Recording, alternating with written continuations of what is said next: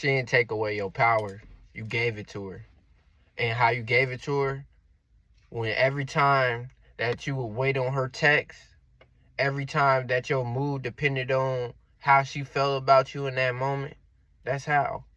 And see, me, I went through the same thing. See, me, I used to wake up every morning, you know what I'm saying? I used to wake up, go straight on my phone, try to see if she texted me, try to see if she mad at me, try to see if she happy at me. And that used to dictate my day.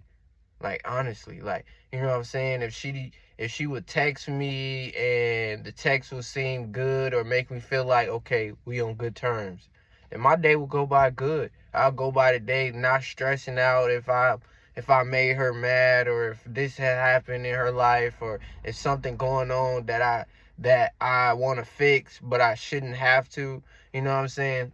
And then it's just like, just think about it from this aspect. Like, you kind of you put in you putting a lot of energy into her. You building your source became her. You know what I'm saying? Because it was like you started to wake up, and if she was mad at you, you were having a bad day. If she was mad at something in general, you were having a bad day.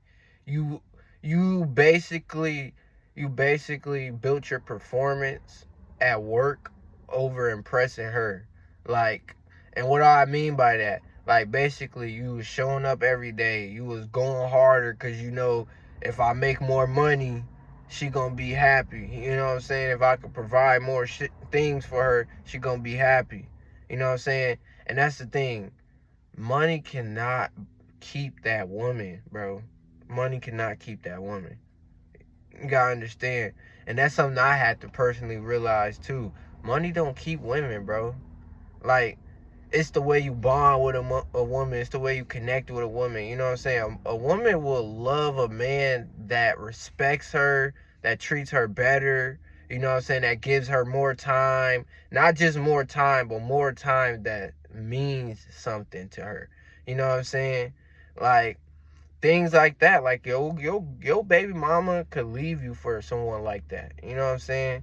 Or you could have a baby mama that your success intimidates them, so they gotta go get someone that ain't got it all going on to your higher standard, because they know, okay, if I go get me a successful guy like how my baby daddy just became, they ain't gonna want me because I'm not benefiting them no more. You know what I'm saying? I don't bring nothing to the table. Because that's one thing a lot of women don't get. Like, you know what I'm saying? Like, basically, a successful man 9 times out of 10 is not choosing you because what you do, you know what I'm saying, or stuff like that. Especially like the type of celebrities that these women be chasing. Like, they not finna come wife you up because, you know what I'm saying, you got a kid and you working a 9 to 5 and, you know what I'm saying, doing all that. No, they gonna come wife you up because you either look good, your body look good,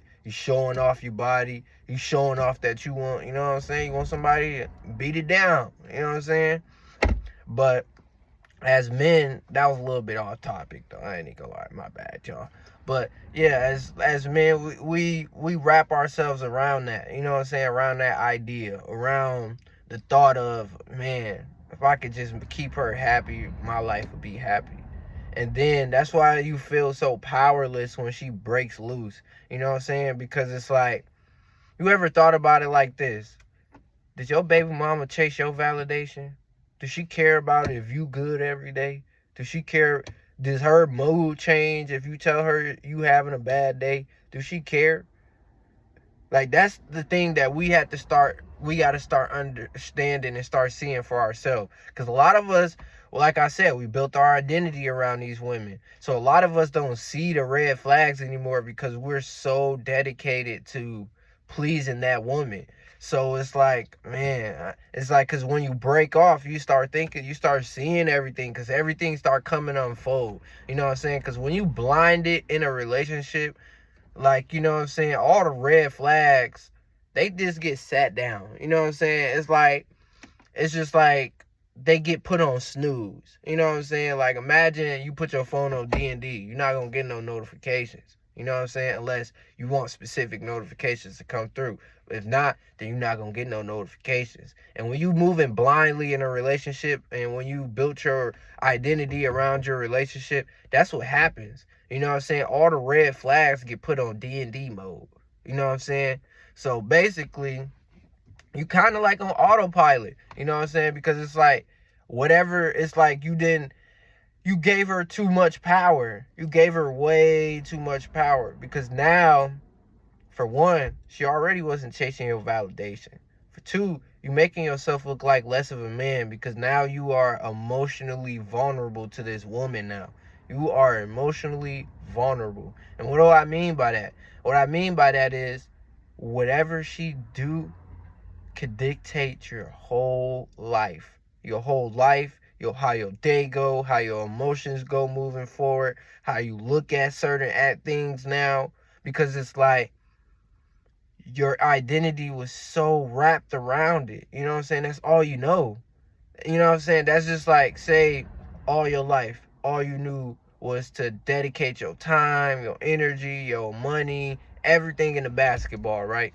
You dedicated your whole life to basketball, and say you tore your ACL, you know what I'm saying? Or you got like a career ending injury, you know what I'm saying? And now you can't play basketball no more.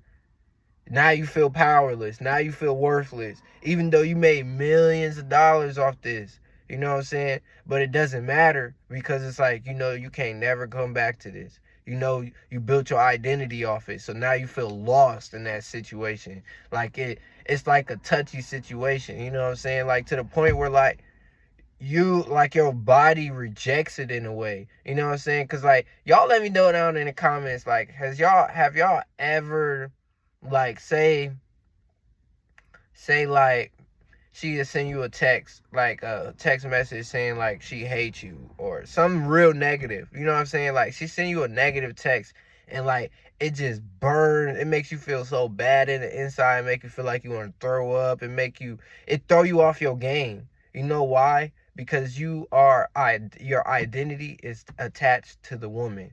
You know what I'm saying? Because just think about it. If your identity wasn't built around a person, if you weren't chasing that person's validation, stuff like that wouldn't matter to you. Stuff like that wouldn't trigger certain things in your brain, because it's like in your brain you train, because it's like in an instance, like you disciplined your brain to build around her. You know what I'm saying? From your job, from your lifestyle to your expenses. You know what I'm saying? You built all this around her.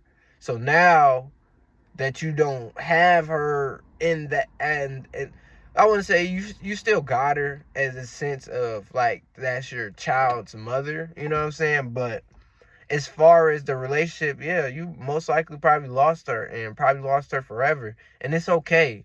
You know what I'm saying? Because I think this, as not just young fathers, I'll just say fathers in general, we get so wrapped up in the idea of,